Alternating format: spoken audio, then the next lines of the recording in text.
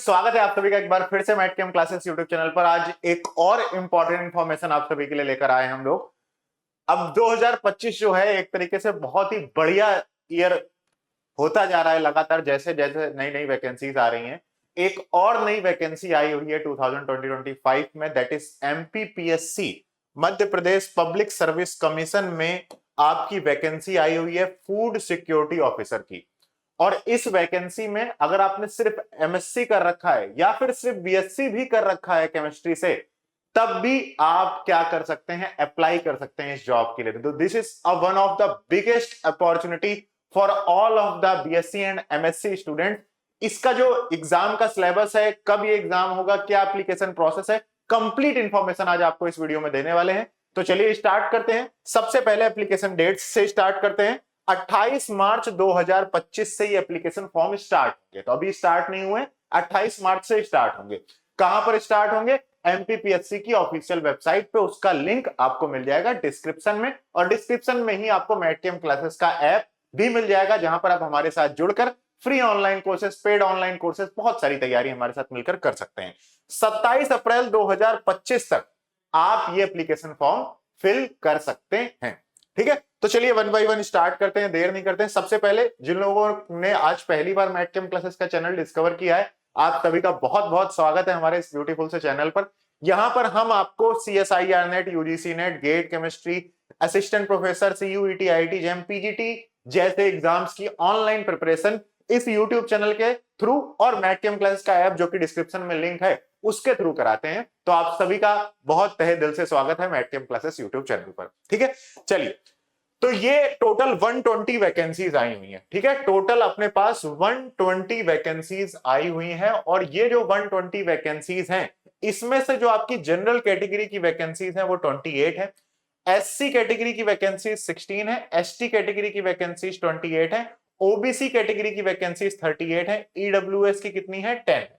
इस तरीके से रिक्त पदों की संख्या है, और टोटल वैकेंसी जो मिलकर हो रही है वो 120 वैकेंसीज यहां पर हो जा रही हैं, जिनका अलग अलग तरीके से, देखो सब तरीके से कि कौन कौन जो इसका क्या कहते हैं, एक तरीके से रिजर्वेशन है वो भी साथ में बताया गया है कि रिक्तियों में से मध्य प्रदेश के मूल निवासी महिला अभ्यर्थियों के लिए कितनी आरक्षित है।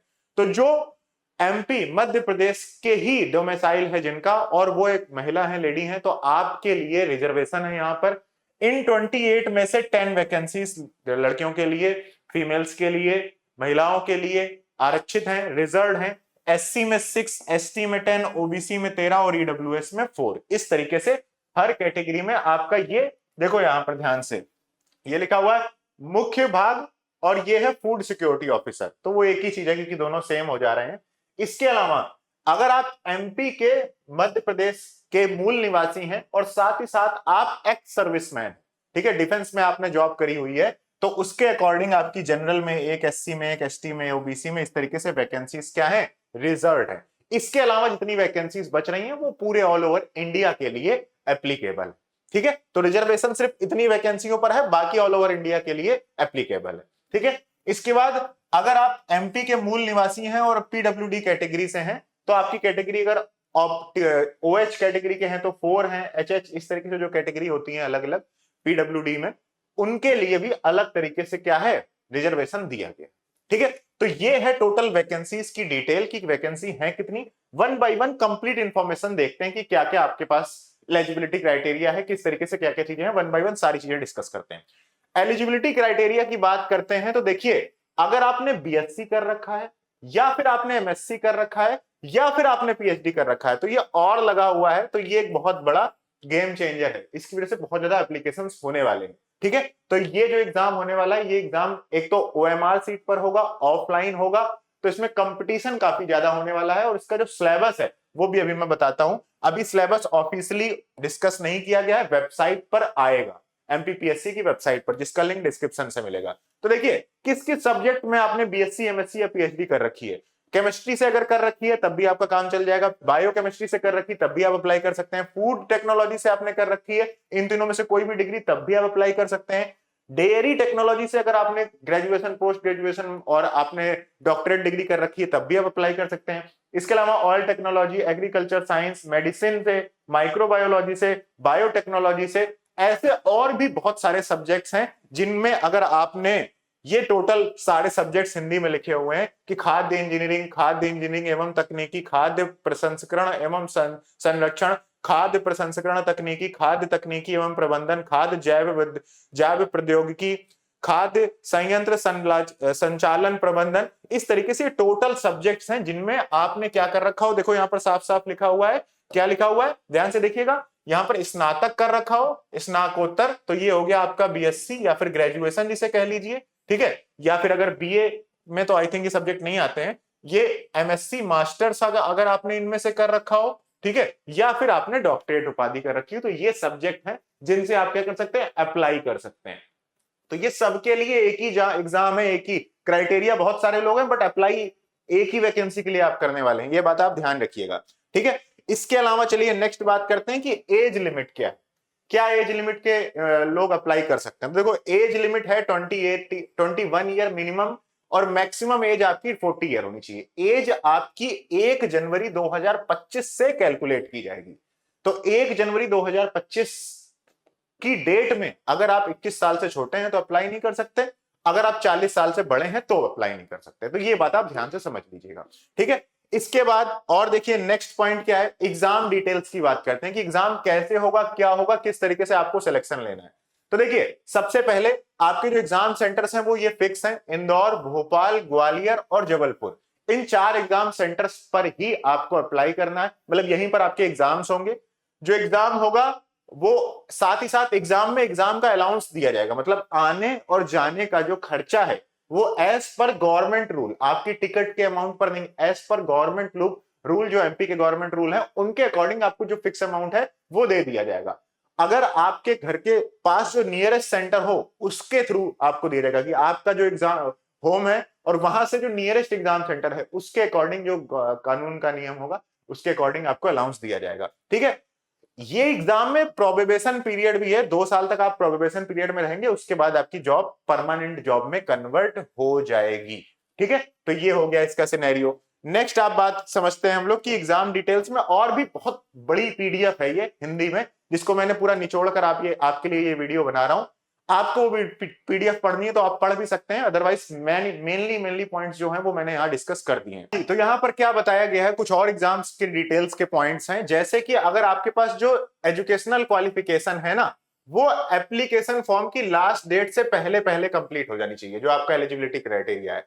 तो एलिजिबिलिटी क्राइटेरिया आपका एग्जाम के जो एप्लीकेशन की लास्ट डेट है उससे पहले पहले आप अप्लाई कर, मतलब कंप्लीट हो गया हो आपका प्रोसेस, ये नहीं कि उसके बाद आपका बीएससी या एमएससी कंप्लीट हो रहा है। तो अभ्यर्थी के पास शैक्षिक अहर्ताएं ऑनलाइन आवेदन की अंतिम तिथि तक होना चाहिए। आवेदन करने की अंतिम तिथि के बाद किसी भी तिथि को अहर्ता अर्जित करने वाले अभ्यर्थी विज्ञापित पदों हेतु विचारित होने की पात्रता नहीं रखेंगे, मतलब आप एलिजिबल नहीं होंगे। कंप्लीट हिंदी में नोटिफिकेशन आई हुई है, ठीक है। शासन द्वारा पदों की संख्या का पुनरीक्षण करने पर इस पदों की संख्या में परिवर्तन किया जा सकता है, तो नंबर ऑफ वैकेंसीज भी चेंज करी जा सकती हैं। चयनित अभ्यर्थियों की नियुक्ति 2 वर्ष के लिए परिवीक्षा पर की जाएगी, वही प्रोबेशन पीरियड जो मैंने आपको बताया हुआ। किसी भी प्रवर्ग में, ये तीसरा बहुत इंपॉर्टेंट पॉइंट है, जरा ध्यान से समझ लेना इसको, किसी भी प्रवर्ग में मध्य प्रदेश के मूल निवासी महिलाओं के लिए आरक्षित पद उपयुक्त महिलाओं के अभाव में उस प्रवर्ग के पूर्व अभ्यर्थियों के चयन द्वारा भरे जा सकेंगे। देखो किसी भी प्रवर्ग में मध्य प्रदेश के मूल निवासी, अगर यहां पर मान लीजिए जो लेडीज हैं जिनके लिए रिजर्वेशन दिया गया है, अगर कुछ वैकेंसीज रह जाती हैं तो उसकी जगह जो एमपी के मेल हैं कैंडिडेट्स हैं उनको सेलेक्ट कर लिया जाएगा, ठीक है। अनुसूचित जनजाति एवं, ये बहुत इंपॉर्टेंट है, इसे भी समझ लो सब लोग, अनुसूचित जनजाति एवं अन्य पिछड़ा वर्ग हेतु आरक्षित पद केवल एमपी के लिए ही हैं।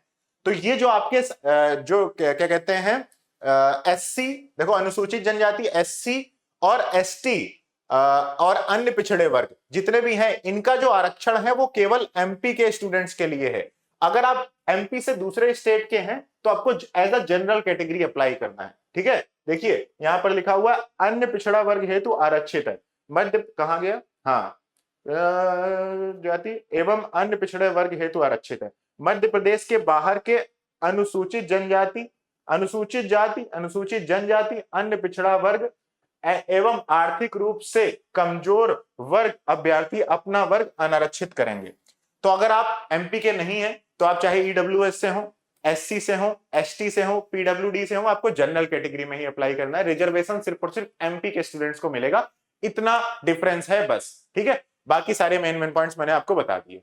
सिलेक्शन प्रोसेस क्या रहने वाला है, तो आपका ओएमआर सीट के थ्रू ऑफलाइन एग्जाम होगा, उसके बाद एग्जाम होने के बाद आपकी कट ऑफ आएगी, उसके अकॉर्डिंग फिर आपको इंटरव्यू के लिए बुलाया जाएगा और इंटरव्यू के टाइम ही आपका डॉक्यूमेंट वेरिफिकेशन भी हो जाएगा, ठीक है। और उसके बाद फिर मेडिकल एग्जामिनेशन के थ्रू लास्ट में आपको क्या करें, मेडिकल एग्जामिनेशन में बहुत ही बेसिक मेडिकल एग्जामिनेशन होगा कि आप काम करने लायक हैं कि नहीं, आपको सही से दिखता है कि नहीं।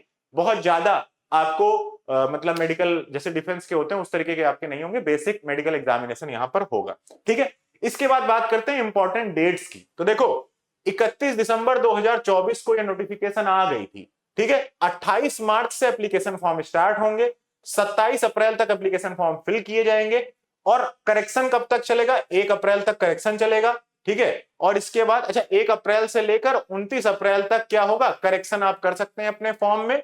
इसके अलावा यहां पर जरा ध्यान से देखिए, जो परीक्षा की तिथि है ना, ये तिथि भी आ चुकी है, ये 14 दिसंबर 2025, क्योंकि एग्जाम कैलेंडर निकाल दिया है किसने, आपके एमपीपीएससी ने।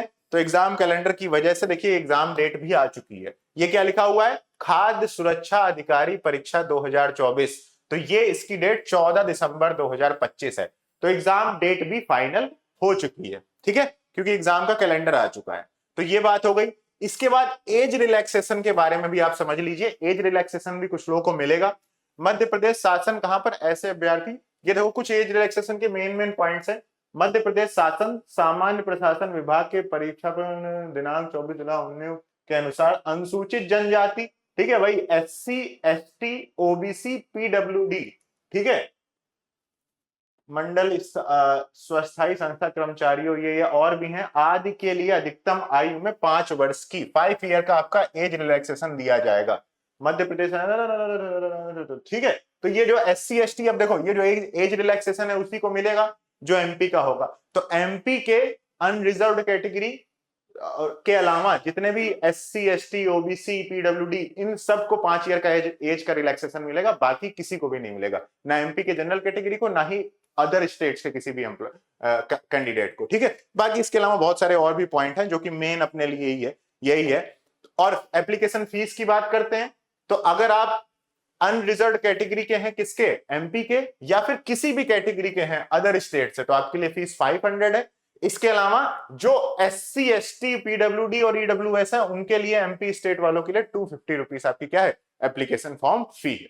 आपको करना क्या है, आपको सिर्फ और सिर्फ जाना है कहां पर, आपको सिर्फ और सिर्फ कहां जाना है, नीचे लिंक दिया हुआ है एप्लीकेशन लिंक, उसमें जाकर 28 मार्च से एप्लीकेशन स्टार्ट होंगे। तो जैसे ही एप्लीकेशन आए एप्लीकेशन फॉर्म फिल कर देना। इसका जो एग्जाम का सिलेबस है वो अभी मेंशन नहीं किया गया है, वो भी वेबसाइट पर जल्द ही आ जाएगा। तो अभी काफी टाइम है आपके पास, मार्च एंड से आपको अप्लाई करना है, तो इसके बाद आपके पास अकॉर्डिंग अराउंड 8 to 9 मंथ्स रहने वाले हैं। तो जैसे ही इसका सिलेबस आए इसकी तैयारी कर लेना अच्छे से, आसानी से आपकी इसमें जॉब लग जाएगी अगर आप पूरा मेहनत से इस एग्जाम की तैयारी करेंगे तो, ठीक है। सो अब और भी बहुत सारे सवाल होंगे कि बीएससी वाले, एमएससी वाले, पीएचडी वाले, किसी को अकॉर्डिंग टू मार्क्स अब उनकी एग्जाम के जो क्वालिफिकेशन है उसके अकॉर्डिंग कोई प्रेफरेंस होगा, तो ऐसा नहीं है। आपका जो एग्जाम होगा उसमें आप कैसा स्कोर करते हैं इसके आधार पर ही आपको क्या होगा, सिलेक्ट किया जाएगा। So that was all about this video.